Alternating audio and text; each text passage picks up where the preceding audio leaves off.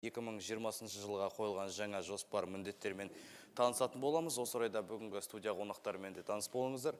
Бәйтерек ұлттық басқарушы холдинг акционерлік қоғамы басқарма төрағасының орынбасары Әнуар Омарқожаев, Бәйтерек Девелопмент акционерлік қоғамы басқарма төрағасының орынбасары Алтай Күздібаев. Ануар Сағыналиұлы Нұрлы жер тұрғын үй құрылысы мемлекеттік бағдарламасының өткен жылдық қорытындысымен таныстырып, сонымен қатар жаңа жылдық жоспар міндеттермен таныстырып өтсеңіздер. Мархабат, сөз кезегі өзіңізде. Рахмет, саламатсыздар ма, құрметті журналистер. Нұрлы жер мемлекеттік бағдарламасы шеңберінде 2019 жылдың қорытындысы бойынша Бәйтерек холдингі мынадай негізгі нәтижелерге қол жеткізді. По направлению строительства кредитного жилья через механизм выкупа облигаций у акиматов за прошлый год были приобретены ценные бумаги на сумму 108,8 миллиардов тенге. За счет данных средств акиматами построено и введено в эксплуатацию 10 600 кредитных квартир по фиксированным ценам, как для вкладчиков Жилстройсбербанка, так и для участников программы 7-20-25. В текущем году наш план составляет 101,2 миллиарда тенге. По направлению системы жилищных строительных сбережений по итогам прошлого года Жилстройсбербанк выдал населению 50 300 льготных займов на сумму 527 миллиардов тенге. Из них в рамках госпрограммы «Нурлы жер» выдано 8 600 займов на сумму 67 миллиардов тенге. Данные займы, как вы знаете, выданы под 5% годовых сроком на 20 лет, на 25 лет с первоначальным взносом 20%. На сегодня в системе жилстройсбережений числится 1 600 000 договоров с суммой накопления свыше 806 миллиардов тенге. И среди банков второго уровня Жилстройсбербанк занимает первое место по долгосрочным вкладам населения в тенге. С июля прошлого года реализуется программа льготного ипотечного кредитования для малообеспеченных семей под 2% годовых сроком до 20 лет. В прошлом году из республиканского бюджета было выделено 50 миллиардов тенге на этой цели. В Жилстрой поступило заявок в количестве 5200 штук на общую сумму 51 миллиард 700 миллионов тенге. Из них одобрено 5000 заявок на сумму 50 миллиардов тенге. Начиная с этого года, согласно поручению главы государства, ежегодный план выдачи составит 10 000 займов. В настоящее время Жилстройсбербанк совместно с Министерством индустрии и инфраструктурного развития проводит соответствующие бюджетные процедуры, чтобы получить эти деньги в первом квартале текущего года. По направлению долевого жилищного строительства фондом гарантирования при плане 71,4 миллиардов тенге одобрены проекты на общую сумму 88,8 миллиардов тенге. Это позволило в прошлом году защитить вклады населения на приобретение 6 000 квартир на коммерческом рынке жилья. В текущем году планируется выдать гарантии на завершение строительства на сумму свыше 90 миллиардов тенге. По направлению субсидирования кредитов частных застройщиков фондом ДОМУ подписаны к субсидированию 47 проектов на общую сумму 49,6 миллиардов тенге. Стоимость коммерческих кредитов для строительных компаний была удешевлена в среднем на половину, на 50%. При этом половина построенного жилья реализуется вкладчиком Жилстройсбербанка, участникам программы 7-20-25 и клиентам коммерческих банков по фиксированным ценам. Вместе с тем, согласно поручению главы государства, холдинг проводит работу по оптимизации своего жилищного блока. У нас будут объединены компании Бәйтерек Девелопмент, казахстанская ипотечная компания и фонд гарантирования жилищного строительства, а также единому оператору будут переданы функции субсидирования кредитов застройщиков от фонда ДОМУ. До 1 июля мы проведем соответствующую работу по внесению изменений в действующее законодательство. Единый оператор, как мы думаем, будет комплексно оказывать прямую поддержку, начиная от стратегического планирования до полного сопровождения проектов на всех этапах реализации, включая инжиниринг, цифровой мониторинг и последующую эксплуатацию этих зданий. Нами уже проведена определенная работа, запущен онлайн-портал, ситуационный центр «Нурлы жер», о котором вам более подробно сегодня доложит Алтай Шуканович Куздибаев, заместитель председателя правления Бәйтерек Девелопмент. Далее я хотел бы отметить, что Жилстрой, как единственный банк в стране, будет продолжать развивать систему жилищно-строительных сбережений. и продолжит функцию по выдаче населению льготных жилищных займов. Таким образом, количество действующих 5 операторов внутри Байтерека сократится до 2. Это будет жилищный блок холдинга. Жилищный блок будет стимулировать спрос со стороны Жилстройсбербанка и обеспечить предложение по строительству жилья через функции вновь создаваемого единого оператора. При этом важно отметить, что единый оператор сконцентрирует свои задачи и функции на новых методах строительства, на применении строительных материалов и технологий новых, современных, и принципиально пересмотрит подходы в планировании массовой застройки. В этой связи нами уже разрабатывается концепция маркетплейса стройматериалов, которая на своей платформе объединит напрямую заказчиков и поставщиков без посредников. Об этом тоже Алтай Суханович доложит. Также ведется работа над внедрением системы долгосрочных оффтейк контрактов по фиксированным ценам, что обеспечит загруженность наших домостроительных комбинатов в регионах, а также производителей и поставщиков стройматериалов. Данные меры позволят удешевить себестоимость строительства жилья для нашего населения в среднем на 10%. Құрметті журналистер, жалпы 2019 жылдың қорытындысы бойынша Байтерек холдингі барлық жоспарланған көрсеткіштерге қол жеткізді. Нұрлы жер мемлекеттік бағдарламасының жылдық көрсеткіштері толығымен іске асырылатын болады. Осымен рұқсат етсеңіз, мен баяндаманы аяқтайын. Рахмет. Алтай Шоқанұлы, сөз кезегі өзіңізде. Мархаба. Уважаемые дамы и господа, 1 августа 2018 года нами запущен онлайн-портал по сбору информации от местных исполнительных органов по строящимся объектам в рамках программы «Нурлы-жер» и создан ситуационный центр «Нурлы-жер», который позволяет в режиме реального времени осуществлять мониторинг хода строительства объектов, освоения облигационных займов, реализации построенного жилья. Нашим техническим партнером и разработчиком данного решения выступает дочерняя организация Сатпаев университета, Институт цифровой техники и технологий. В ситуационном центре, вот вы можете видеть в режиме реального времени, визуализируется вся информация по выделенным облигационным займам. То есть можно посмотреть на карте Казахстана объемы финансирования всех регионов, посмотреть динамику приобретения облигаций, погашения, историческую информацию, даты приобретения, индикативный прогноз по приобретению облигаций в течение периода. Также есть возможность отслеживать непосредственно ход строительства в разрезе каждого из регионов. Нами ход строительства подразделяется на 8 этапов в соответствии со СНИПами. Ознакомиться с фото, видеоматериалами непосредственно с объекта, посмотреть, на каком этапе фактически находится тот или иной объект. Также посмотреть темпы реализации объектов со стороны акиматов. Ситуационный центр синтегрирован с учетной системой Байтерек Development, а также с системой Жилстройсбербанка, что позволяет отслеживать, как я уже сказал, движение денег по программе.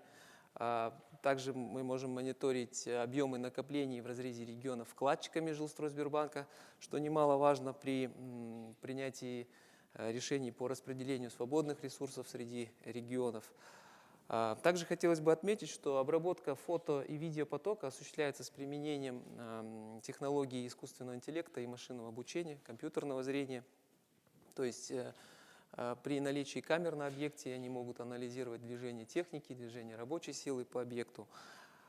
Для представителей средств массовой информации, а также общественности на сайте Байтерек Development также ретранслируется часть виджетов, которые отражают основные индикаторы реализации программы. Опять же, это объемы финансирования, а также непосредственно объекты. Можно посмотреть, щелкнув на каждый объект, его геолокацию в конкретном регионе. По предварительной оценке, данная система позволила сократить время одного сотрудника акиматов для подготовки отчета с 16 часов до 6 часов в неделю, сократить время подготовки консолидированных отчетов Байтерека для проверки и обработки необходимой информации также с 16 часов до 1 часа в неделю, снизить годовые расходы примерно на 26-27 миллионов тенге в год. Напомню, что в альтернативном случае акиматы вынуждены были направлять 68 отчетов еженедельно по всем своим объектам. Как Анвар Сагнарович отметил, учитывая текущие возможности и объем накопленной информации в ситуационном центре, в качестве следующего этапа его развития нами рассматривается и предлагается создание маркетплейса стройматериалов. По сути, это онлайн-платформа, на которой застроительные компании могут приобретать необходимые материалы по самым выгодным ценам, а производители стройматериалов, соответственно, размещать информацию о производимой ими продукции. Нами сейчас формируется верхнеуровневое техническое задание. В ближайшее время мы будем отрабатывать уже техническую часть. Применение технологий машинного обучения, искусственного интеллекта позволят на каждом из этапов строительства предлагать строительным компаниям релевантные стройматериалы по лучшей цене с учетом их локаций, их объектов и так далее. Также хотелось бы отметить, что в прошлом году нами был проведен анализ исследования рынка стройматериалов в стране, согласно которым по некоторым товарным позициям доля импорта превышает 50%. Подобная платформа позволила бы в будущем увеличить уровень местного содержания в стройматериалах, а также снизить себестоимость строительства жилья. Среди также ожидаемых эффектов хотелось бы отметить фиксация цены, заключение онлайн-контрактов с использованием технологий Smart Contracts, что повысит прозрачность осуществления сделок со стройматериалами и так далее. Для строительных компаний это снижение транзакционных издержек на поиск стройматериалов, на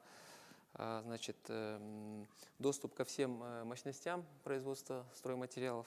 Для поставщиков, опять же, это оффтейк-контракты для увеличения загруженности мощностей ДСК, их 17 у нас в стране на сегодняшний день. Также увеличит дополнительно маркетинг товаров, производимых производителями стройматериалов. Спасибо большое за внимание. Спасибо. Әріптестер, сұрақ-жауап бөліміне көшеміз. Сауалдарыңыз болса қойларыңыз болады. Әрине тағы да ескертеміз. Бүгінгі барлық қойылатын сұрақтар тақырып аясында болу керек. Алғашқы сұрақ. Рахмет. Человек и закон замгазеты, Мурат Башимов. У меня к вам вопрос. Первый, знаете, у вас сейчас по схемам видно, то же самое, большие деньги, все вот это. Но у меня вопрос по Нурлужир, к нам обращаются. Вот один обогнал в чью-то очередь. То есть существует ли у вас общественный контроль, прозрачность в этой сфере, да? Это первый вопрос. Второй вопрос спрашивают, почему каждый год требуют обновления документов? Зачем такая бюрократия, если человек опять мучается, собирает, он и так знает, что он стоит в очереди. А второй, и третий, то, что президент сказал, что у вас в Байтеректе, насколько вот баснословные зарплаты, он сказал, да, по-моему, и раздутый штат. Осы сұраққа жауап берсеңіз, рахмет. Сұрағыңызға рахмет. Анықтауға бола ма? Первый вопрос у вас касался сбора документов. Нет, это сбор документов на Нурлужир, имеется в виду, да? На Нурлужир? Нурлужир, да. Ну вот у вас же прошло, да, там квартиры строите вы, да? Или там очередь Медведовой? Ага. Да.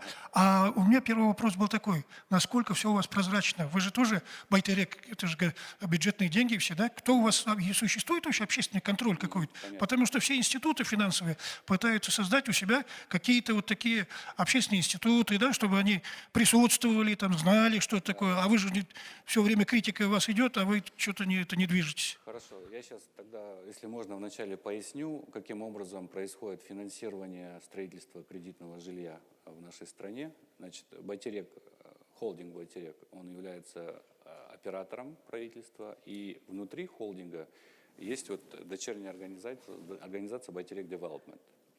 В частности, когда Байтерек получает из бюджета деньги на финансирование строительства, да, он направляет эти деньги через Байтерек Development на выкуп облигаций местных исполнительных органов сроком на 2 года. То есть, вот, допустим, в прошлом году мы выкупили 108,8 миллиардов на 108,8 миллиардов тенге.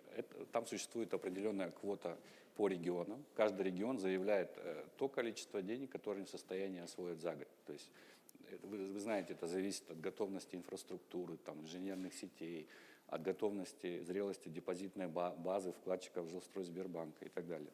Вот. Все эти 108,8, они распределены по этим регионам. Теперь, когда Акимат получил деньги за свои облигации, он приступает к строительству. То есть сам процесс отбора застройщиков и прочее – это ответственность Акиматов. Наша ответственность – это следить за целевым использованием этих средств. Это мы делаем как сегодня Алтай Шуханович вам продемонстрировал уже сегодня цифровым способом. Мы в режиме реального времени наблюдаем за строящимся объектом. Мы можем проследить, сколько техники работает в данный момент на стройплощадке, сколько там строителей задействовано. И в то же время у акимата есть обязательство пополнять эту базу встречной информацией, то есть из выделенных денег, сколько на данный момент уже освоено. Это мы все можем сопоставить, это своего рода наш контроль за использованием этих денег. Позже, когда объект построен, акимат начинает его распределять среди своих очередников. Ну, вы знаете, да, туда входят там, 10-11 групп нашего населения. И также распределяет эти квартиры среди вкладчиков Жилстройсбербанка. Вот. Все, что касается контроля, у нас ежеквартальные, полугодичные отчеты как в парламенте в Мажилисе, так и перед правительством мы несем ответственность за своевременным освоением этих денег и целевым его использованием. Если это есть ответ на ваш вопрос. Штаты. Зарплаты. Вы имеете в виду весь холдинг или жилищный блок?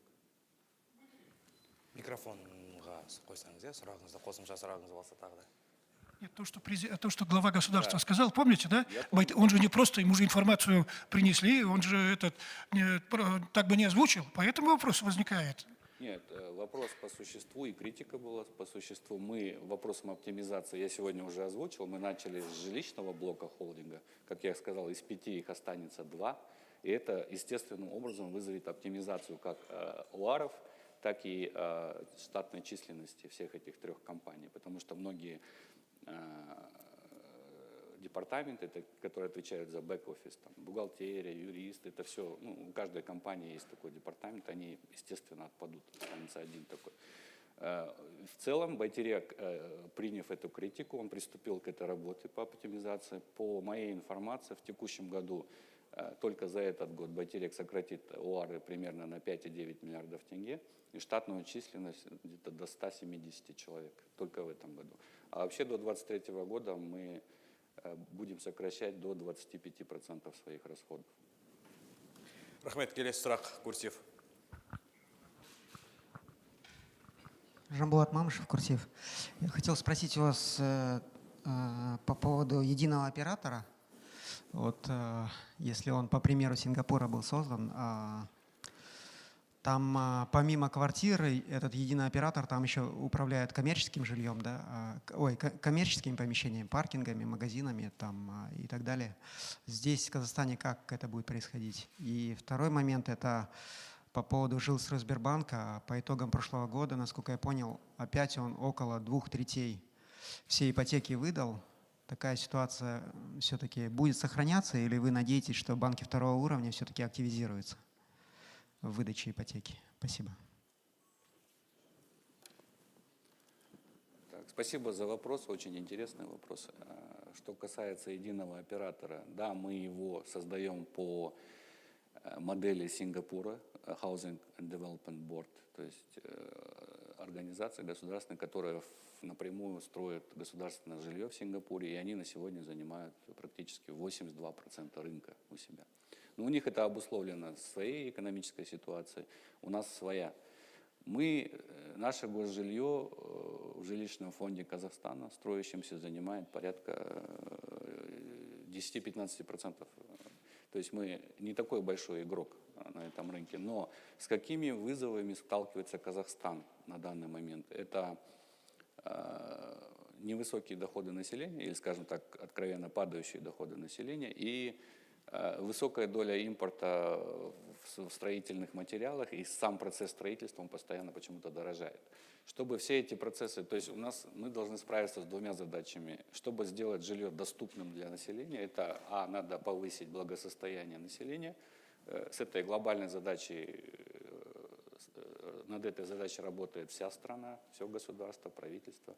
Вот. А что касается мы как оператора, вот мы предлагаем эту модель единого оператора. И через нее мы хотим, во-первых, учитывая, что большая часть населения все-таки будет ориентирована на социальное жилье, мы хотим эту часть оптимизировать, как в части ценообразования, затрат на строительство, так и в части доступности финансовых инструментов. Вот.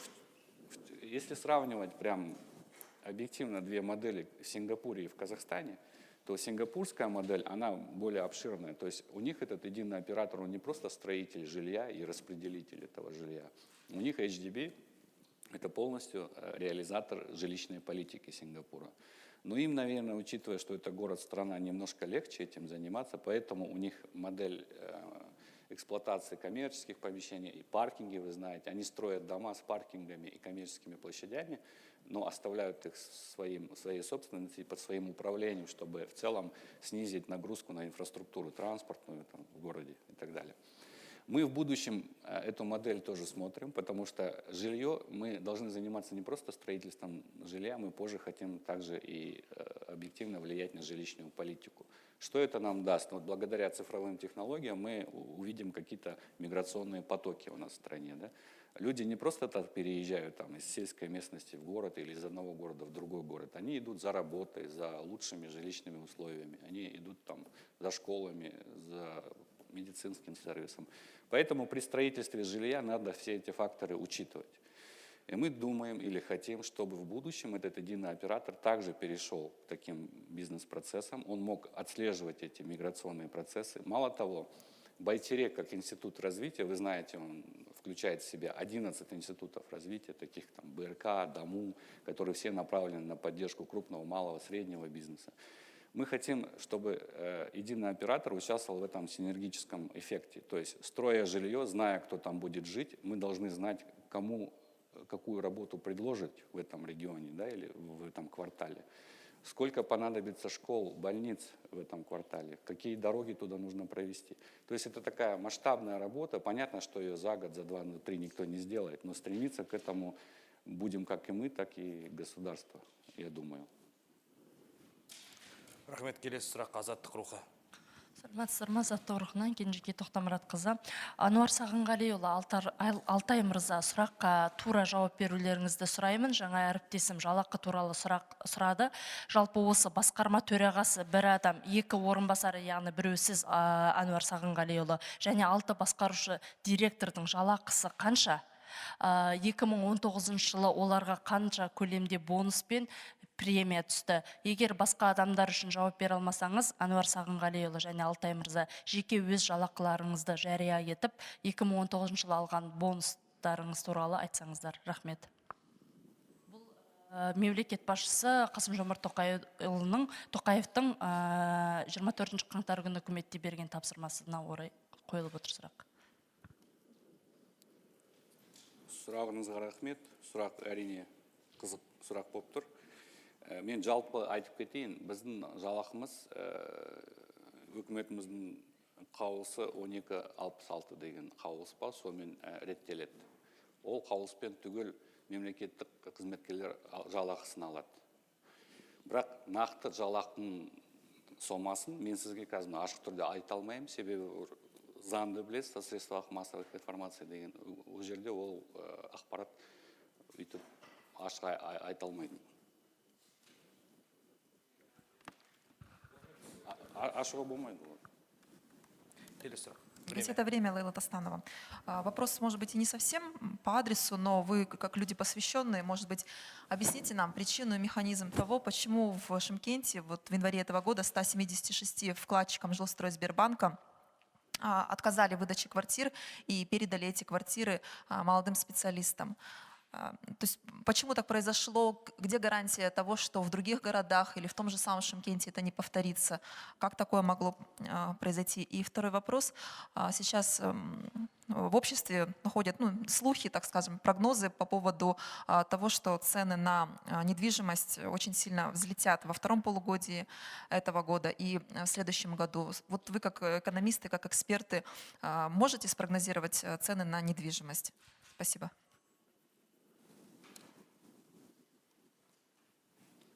Касательно первого вопроса по Шымкенту, мы в курсе этой проблемы, да, она возникла. Она возникла с тем, что сам город Шымкент в реализации планов по обеспечению физическим объемом жилья не был готов. Поручение главы государства прозвучало в сентябре, и чтобы обеспечить молодых квартирами было принято решение акиматом, это по нашей информации, акиматом было принято решение удовлетворить пока потребности молодых семей. Но вкладчики Жилстройсбербанка, они не остались без жилья. У Жилстройсбербанка, вы знаете, он обеспечивает спрос практически по каждому построенному дому в регионах. Они все будут непременно обеспечены жильем. И я считаю, что это однажды произошедшая техническая ошибка, она впредь по регионам не повторится. Что касается цен на недвижимость, вы знаете, это простые правила рынка, цены растут, когда не хватает предложения. Значит, все госпрограммы, которые финансируются через Нурлы-Жир, они направлены на приобретение нашим населением нового жилья. Если по итогам прошлого года в целом жилфонд Казахстана составил около 13 миллионов квадратных метров жилья, то на текущий год планы построить около 15 миллионов квадратных метров жилья. То есть вы видите, что жилья станет больше, а если его станет больше, то мы ожидаем, что большого скачка цен на них, естественно, не будет. Другой вопрос, что некоторые программы, такие как Бахтот Басы или военная ипотека, они также допускают приобретение населением жилья на вторичном рынке. Вот это может оказать какое-то влияние на ценообразование или на цену именно на вторичном рынке жилья. Но мы никак не ожидаем, что цены подрастут для новых квартир. Спасибо. Рахмет, келесі сұрақ, Бақ-КЗ.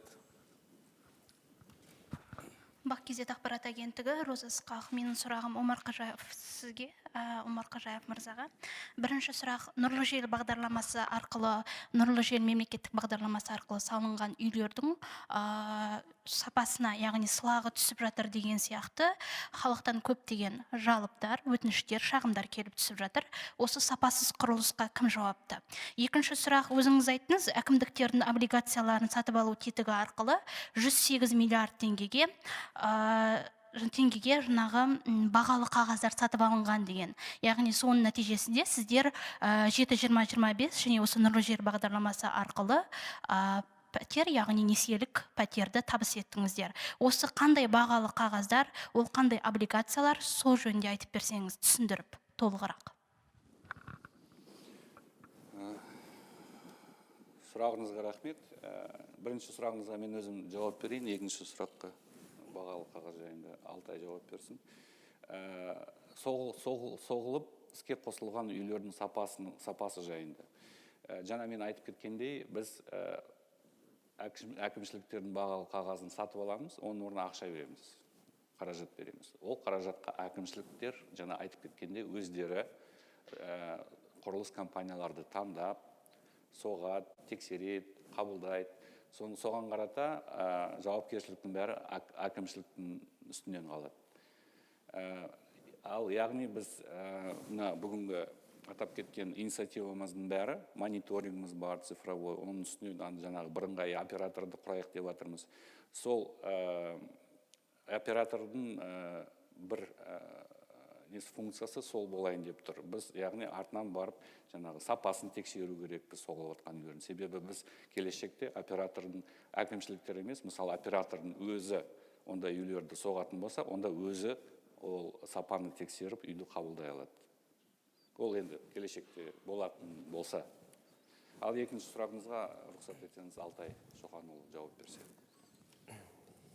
Биыл былтырғы 2019 жылы сіз айтқан 108,8 миллиард теңгеге облигацияны Бәйтерек Девелопмент сатып алды.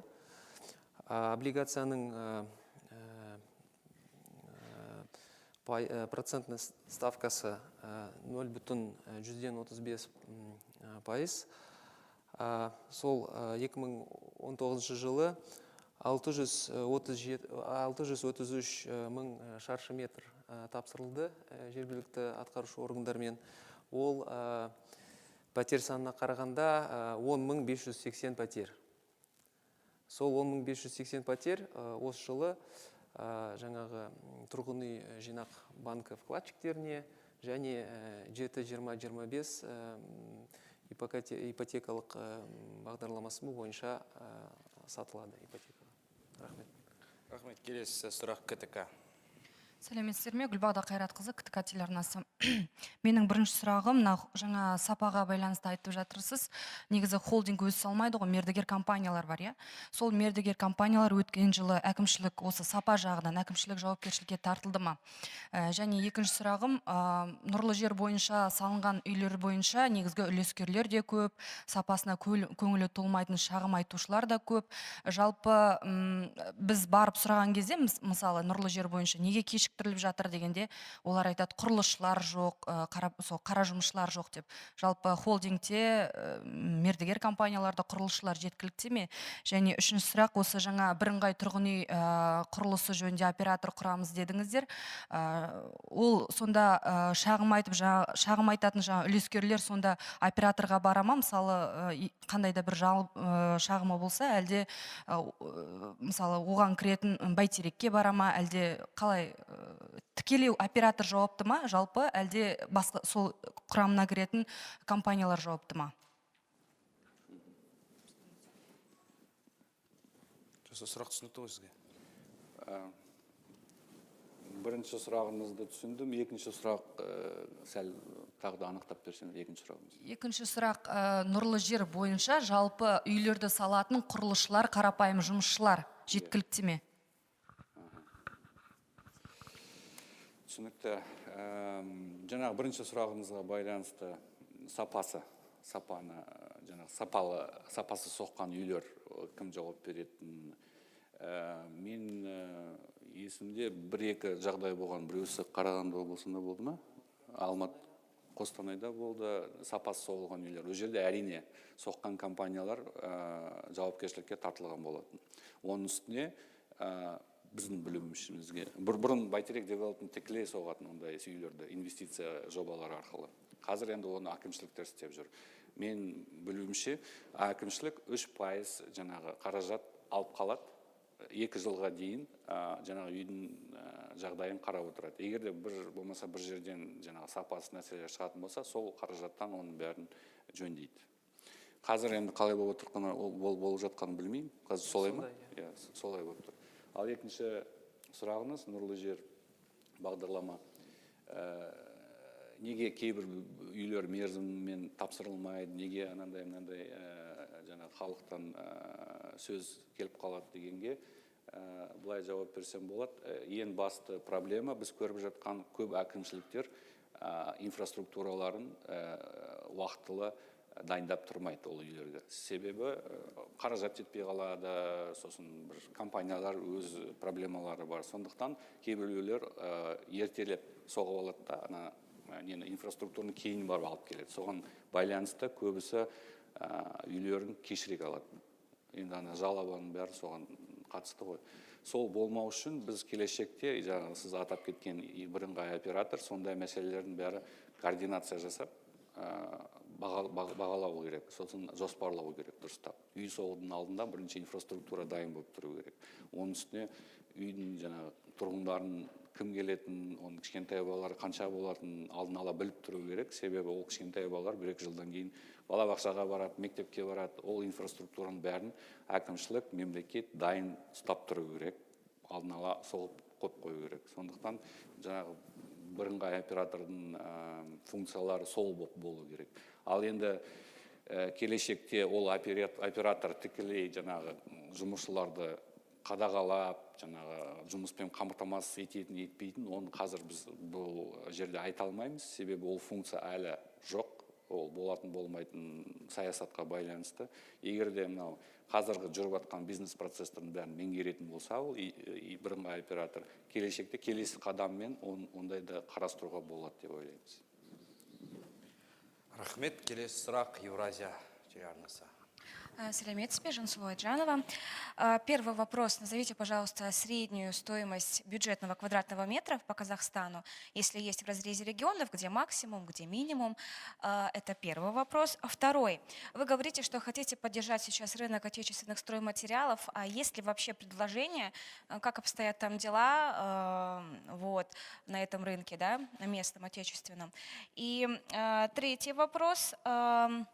Как мне известно, например, в одном регионе не во всех районах строится бюджетное государственное жилье. Например, они могут быть вкладчиками, да, но там, например, в одном районе жилье не строится, но они хотят приобрести. Поступали такие жалобы от населения.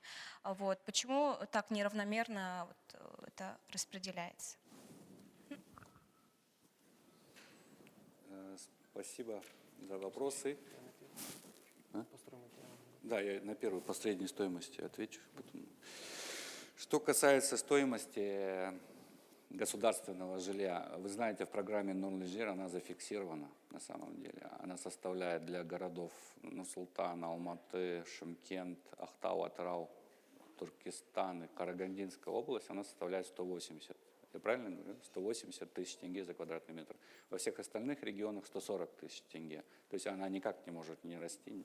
В смысле, мы направляем свою работу на удешевление стоимости квадратного метра, но пока эти параметры зафиксированы в госпрограмме. Что касается рынка строительных материалов и как мы могли бы на него повлиять, недавно вот Байтерек Development совместно с Институтом прикладной экономики провели соответствующие исследования, анализ, он вам более подробно сейчас расскажет. Пожалуйста. Спасибо. Что касается производства стройматериалов, вот по данным официальной статистики, по итогам 2018 года общий объем производства стройматериалов у нас в стране составил 724 миллиарда тенге. Нами в прошлом году был сделан анализ по 237 объектам, это по состоянию на май 2019 года. Общая сметная стоимость объектов, 237 объектов, 314 миллиардов тенге, это 15 300 квартир. Вот по ним мы сделали детальный анализ проектно-сметной документации и пришли к выводу, что 156 миллиардов тенге, это ровно 50% составляет именно стройматериалы. То есть себестоимости это 50% то, что именно расходуется нашими строительными компаниями на приобретение стройматериалов. И, соответственно, в рамках этой инициативы Marketplace это могло бы быть неким первоначальным таким якорным оффтейком для отечественных производителей стройматериалов. Для того, чтобы в дальнейшем рынок и частные застройщики, не только те, кто работают с акиматами в рамках облигационных займов, могли размещать свои заказы на этой платформе. Спасибо. Да, есть. Мы в рамках этого исследования опросили 132 компании. Это представители крупного, среднего и малого бизнеса. И порядка 70%, это больше 80 компаний, они очень с поддержкой отнеслись к этой предлагаемой мере и заинтересованы размещать там перечень своих производимых стройматериалов. Микрофонға қойсаңыз, сұрағыңызды.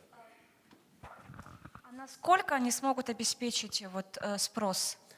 Ну, что касается спроса, у нас он именно в стройматериалах, опять же, по данным исследования, у нас доля местного содержания составляет порядка 64%. Это все стройматериалы на сегодняшний день. То есть мы видим, что мы не полностью удовлетворяем внутренний спрос. И точнее, то, что мы производим, даже это те материалы, так называемые из категории неторгуемых. Это цемент, бетон, то, что мы не можем импортировать из других стран. Я правильно вас поняла? Мы можем вообще отказаться от импорта?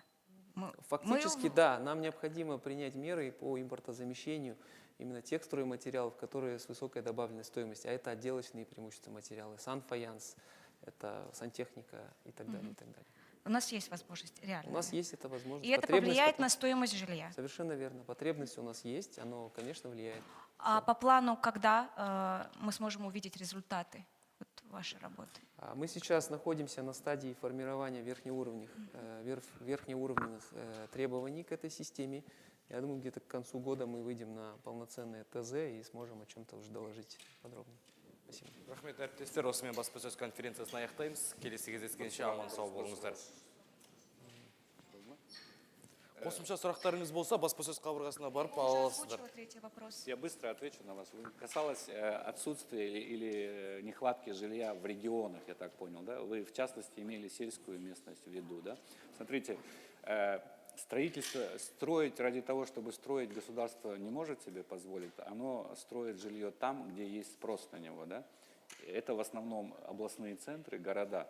моногорода и так далее. Когда речь идет о сельской местности, ну, мы там многоквартирное жилье построить, к сожалению, не можем, потому что его просто никто не купит. Если речь идет о одной, двух, трех семьях, то это скорее ИЖС, индивидуальное жилищное строительство, но это совсем другая программа и другие затраты.